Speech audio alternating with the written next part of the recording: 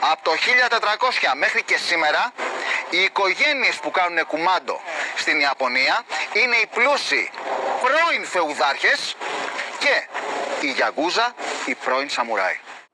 Σοβαρά τώρα. Έχει συνδέσει τη γιακούζα με τους σαμουράι, ότι η γιακούζα είναι η συνέχεια των σαμουράι? Πάμε να βάλουμε τα πράγματα σε μια τάξη.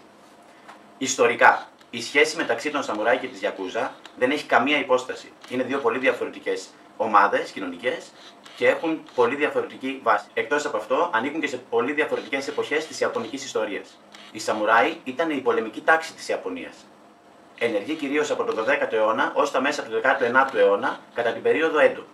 Ζούσαν με πίστη στον κώδικα Μπουσίντο που προωθούσε αξίες όπως η τιμή, η πίστη, η αυτοθυσία, η ειλικρίνεια, η αγάπη, η δικαιοσύνη και άλλες. Μετά την κατάργηση της τάξης των σαμουράι κατά την αποκατάσταση που ονομαζόταν Meiji το 1868, πολλοί σαμουράι βρέθηκαν χωρίς ρόλο στην κοινωνία και ονομάστηκαν Ρονίν. Η Γιάκουζα τώρα είναι μια οργανωμένη εγκληματική ομάδα η οποία ξεκίνησε να ενεργοποιείται το 17ο αιώνα. Εξελίχθηκε από ομάδες περιθωριακών όπως οι Τεκίγια, πλανόδιοι πολιτές, μικροαπατεωνίσκοι, και από τους Μποκουτό που ήταν παίκτες τυχερών παιχνιδιών, τζογαδόροι δηλαδή. Όλοι αυτοί καταλαβαίνουμε πως ζούσαν έξω από τα παραδοσιακά πλαίσια. Παρόλο βέβαια που είναι εγκληματική οργάνωση η Γιάκουζα, υιοθέτησε πολλές ιδέες από τον πολιτισμό των σαμουράι, όπως η ιεραρχία και την έμφαση στην αφοσίωση και την τιμή.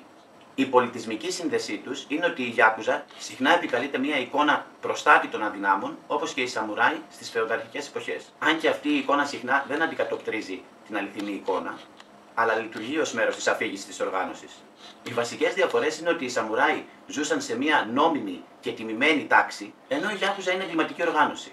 Παρότι η Γιάκουζα υιοθέτησε κάποιες αρχές από τον Μπουσίντο, συχνά τις παραβιάζει, δεδομένου του ότι λειτουργεί ως μια τρομοκρατική οργάνωση και περιλαμβάνει μέσα σε αυτή τη λειτουργία της εγκληματικές πράξεις και παράνομες.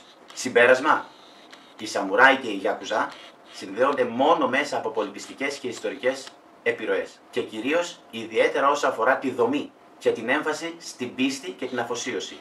Ο καθένας βέβαια για τους δικούς του σκοπούς. Παρ' όλα αυτά, οι ρόλοι τους και οι σκοποί τους διαφέρουν δραματικά. Σε καμία περίπτωση δεν μπορούμε να πούμε πως η Γιάκουζα, η σημερινή, που κάνει κουμάντο στη νύχτα και την παρανομία, είναι η συνέχεια των σαμουράι.